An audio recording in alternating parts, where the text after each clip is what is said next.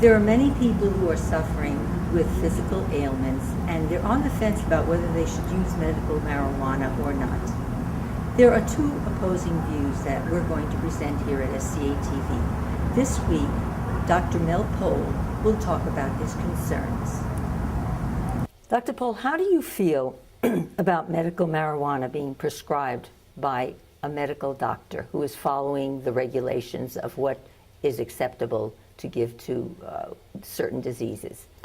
So, two big problems. The first is there's no such thing as medical marijuana. The second is a physician can't prescribe marijuana because it's not a pharmaceutically based product that requires a prescription. So I'll say a little bit more about that.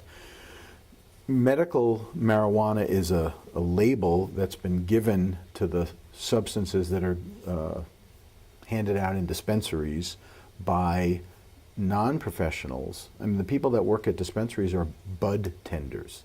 These are, I don't know what their training is, but they certainly didn't go to pharmacy school, and they certainly don't have medical assistant training, and they certainly don't have nursing training.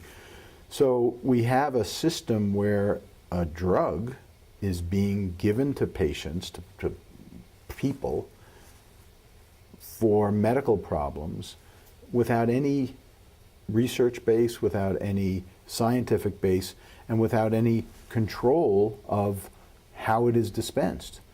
The physician's role in this picture is to write a recommendation for marijuana. Mm-hmm. So that's what a doctor can do under the state law in Nevada, but not a prescription, because prescriptions are for medications that are stocked in a pharmacy, mm-hmm. tabulated, dosed, kept track of, inventoried. That's not what the substances are that are happening in our medical system. Secondly, marijuana is a plant. It's not a drug. There are 150 active ingredients to the marijuana plant. The two most notable are THC, which is the intoxicating side of the plant, and CBD, cannabidiol, which is the one that we're most interested in because of its potential medical effects. What you get in a dispensary really depends on what the dispensary is creating, what the potency is of that drug. It's not milligrams per dose. It's whatever the plant potency is, and however whoever's creating that distribution, they put it in a little package. They make it in cookies or brownies. They put it in energy drinks and in gummy bear like candies. There's no controls over those concentrations, so you kind of really don't know what you're getting. Well, I thought that there was some regulation in Reno by the Department of, the Division of Public and Behavioral Health.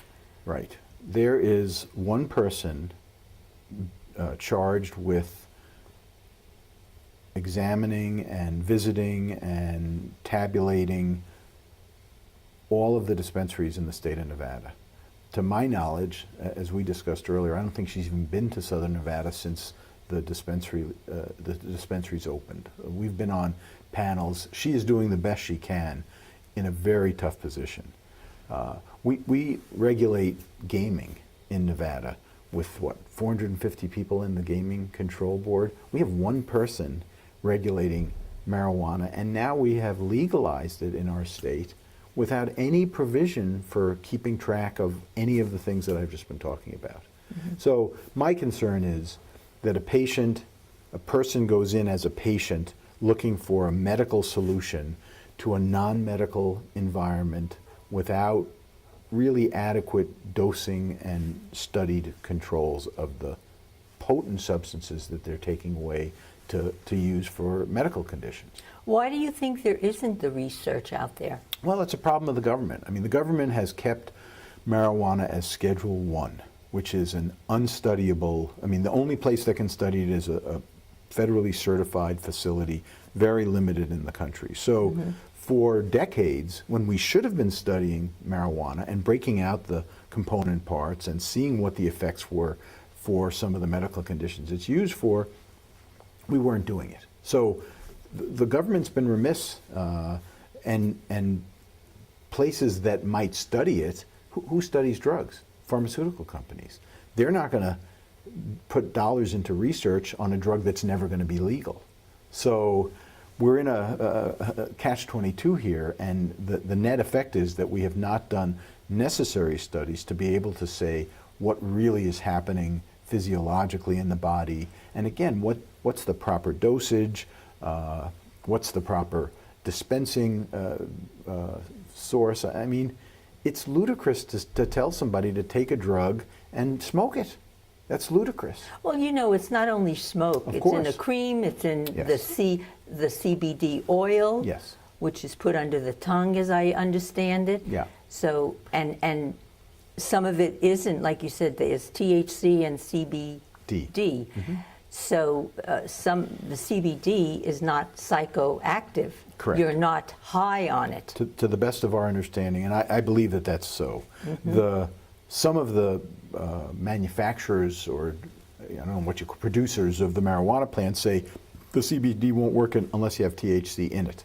So they're promoting THC-containing substances, which of course the intoxicating part of the plant is much more of a concern to me than CBD. I really don't have any heartburn about people acquiring CBD, even though it's not regulated, even though it's not quantified, even though it's not properly packaged and it hasn't been studied, with two qualifications. One is, if they have the disease of addiction, the drug can potentially get out of control, even if it's CBD. We don't know. We haven't studied it at all. So I have concern if I have a patient of mine who has an opioid addiction or who has alcohol addiction, I have a concern about them using any marijuana products, because it's an unpredictable outcome, and the concern, if somebody has addiction, a little bit of a intoxicating drug turns into more and leads for the desire to use drugs that are even more problematic. So that's the first concern, is that exposure of my patients who have drug addiction and alcohol addiction, substance use disorder, to any marijuana product, including CBD, is an unknown. I'd be much more concerned if they were using THC-containing product than strictly only CBD. The second is that we don't have any data that says what CBD really does. It's really sort of folklore and hearsay. And I just have concerns about people misusing and ending up, I mean, there's cases of psychosis, schizophrenia being caused by marijuana in young people. So it's not, the course of this release of this very potent substance in the form that it's being released is of grave concern to me. The third is that all those oral or under the tongue preparations are based on extract. Extract is about 80% pure THC in the THC version. I don't know what they do with the CBD version. I mean, I haven't been adequately convinced that if I get an extract that has CBD in it, that it's safe for somebody who has a problem with drug addiction. And unless they can prove that, I'm really uncomfortable with people using it. Well, I was just thinking, since this is a program where seniors view the program. Yes. Should we be less concerned for seniors? The reason I say that is I understand that marijuana is a gateway for younger people into heroin and other drug abuse. However, with the senior population, is there less of a concern regarding marijuana? Because I really do know people who get relief from it. They're not looking to become drug addicts or go out and get other kinds of drugs. Sure. And they are very aware that opioids are terribly addictive. Well, you pose a very challenging set of questions. And the first response is, seniors are more vulnerable to negative effects of substances, not less. So, as we age, our liver doesn't metabolize as well as it did when we were 30. Our lungs, if we are smoking or ingesting a substance through our lungs, we're not going to be able to process it as well. Cardiovascular system is impacted, and I don't know of any studies on the potential effects of CBD on our organ system. So just out of the gate, I would be concerned about saying, well, because you're a senior, you don't have to worry as much. I'd worry even more about any medication or any substance, any over-the-counter product that a senior takes because of our lowered ability to metabolize. So that's number one. Number two, it just sort of reinforces the stigmatized version of addiction. Well, if you're older,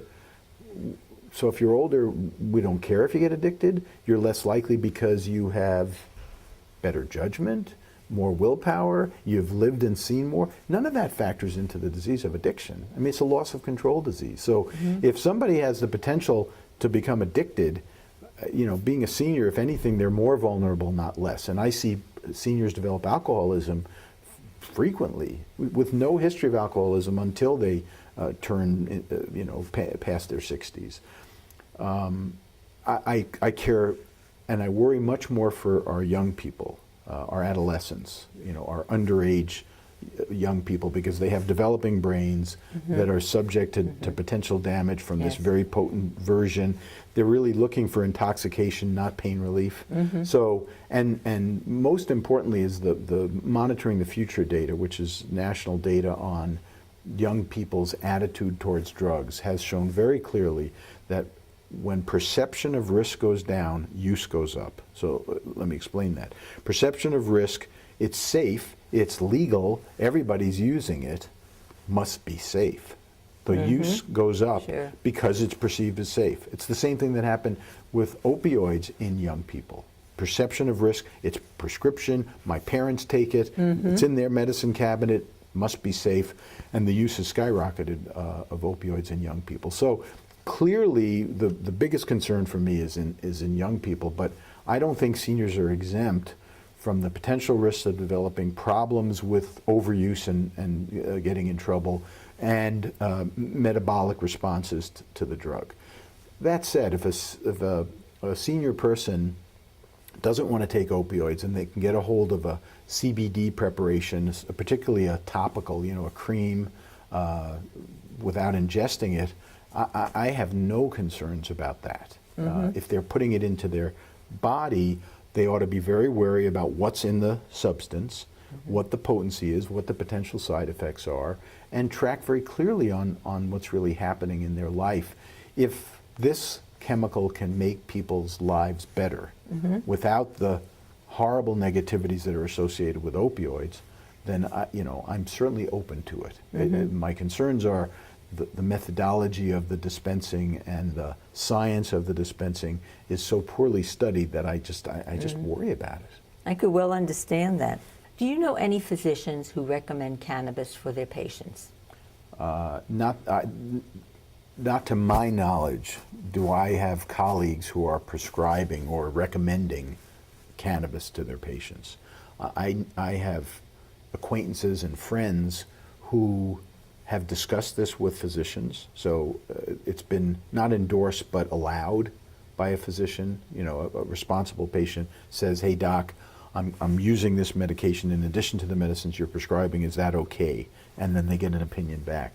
But I don't personally know of people who are recommending it. I know that sometimes I'll be in a social setting with very wise physicians who are misguided. They don't understand all the facts that we've just been talking about. They think it's a studied substance and it's prescribable and it's appropriate. And the sort of generic idea is, well, why would we deprive people of something that's going to help? Especially if it's safe, safer than alcohol. Well, that's confounding a whole lot of variables. The truths, as I describe them to you, as I see it, are the sources of concern. That said, there's been a pretty good public relations campaign to promote medical marijuana and to promote legalized marijuana. A lot of it is, in my opinion, quite misguided. But I think that in the greater scheme of things, doctors are permissive, but the main source of recommendations comes from I can say it, Dr. Reefer. I mean, you drive around our town and you see billboards for places, and they've got docs on their staff, I guess, who will write recommendations for anybody, for anything. Well, I wouldn't think that would be the place people should go. No, but that's there where they... are people, there are physicians who are very well. Well, there are physicians There are, who are... wait, hold it. Well, there are physicians who have good qualifications and they are well known in the community. Not on a billboard somewhere. I don't know who those physicians are who are routinely recommending marijuana. It's not to say they don't exist, but I don't know who they are. And if a colleague has studied the facts closely and monitors his or her patients closely by using this very potent substance, I can't be self-righteous about it. I don't think it's the end of our medical community's integrity. I do, however, worry for the reasons that I said about what people are getting when they go to a dispensary. And, unless we create a pharmaceutical version of this, and that'll be fraught with its own problems, because then somebody's making a profit at selling it. Oh wait, dispensaries are making a profit at selling it. This is a profit industry. This isn't a well-being industry. I'm well aware of that. And the promotion that we see, and really Vegas has been targeted as the next mecca. We have huge conferences on the science of growing marijuana. I don't know. Just maybe I'm just too old-fashioned, but it doesn't enhance people's lives, in my opinion. Okay, so anything more that you need to add that you feel that I didn't ask the question that might help people understand and be more educated about this plant? I would encourage people to really investigate thoroughly and get multiple studied opinions. From a physician, if a physician is comfortable recommending marijuana, have a conversation about what to expect, what the potential side effects are, what the potential interactions with other medications that a senior might be taking, what's the duration of plan. If it's topical, again, much less concern than if they're actually ingesting the substance. And then be really vigilant. I mean, if you're going to do a clinical trial, because that's really what you're doing. If you're taking this drug, this substance, this plant substance, you're doing a clinical trial. And if it works and enhances your life, terrific. Have some feedback from people around you. If you're sluggish, if your sleep is disturbed, if your mood is depressed, if you're not as interactive, if your verbal skills are decreasing, and somebody can tell you that, then I think there's our answer. Makes sense. And those are all potential side effects of this very potent substance.